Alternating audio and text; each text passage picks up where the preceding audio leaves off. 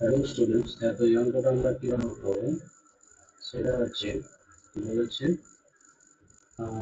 1 থেকে 1000 পর্যন্ত পূর্ণ সংখ্যাগুলির সমষ্টি, অর্থাৎ 1 plus 2 plus 3 plus 4 plus 5 plus এইভাবে চলতে থাকবে আপ টু 1000 পর্যন্ত। যেমন এই ক্ষেত্রে দেখো এমনি নর্মালি যোগ করে যা করতে হবে সেটা তো অনেকটাই সময় সাপেক্ষ কষ্টকর, কিন্তু এটা যদি 11 ক্লাসে যে নিয়মটা আছে, অর্থাৎ n সংখ্যক পদ পর্যন্ত n সংখ্যক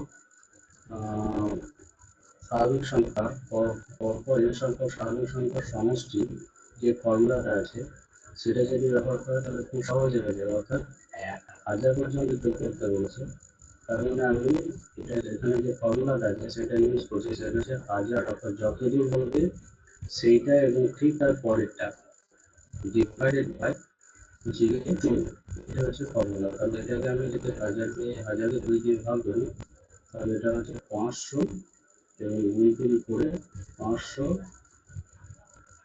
এর একটা সংখ্যা আসবে যা অপশনে নেই। অর্থাৎ মোটামুটি ভাবে এখানে অপশনগুলো আমার যেটুকু মনে হচ্ছে ভুল আছে, তো অঙ্কটি হয়তো 100 না হয়ে 1000 না হয়ে 100 বা এই ধরনের কিছু হতো। তো যাই হোক, এক্ষেত্রে সংখ্যাগুলি যোগফল কিন্তু এইটা হবে। ওকে, থ্যাংক ইউ।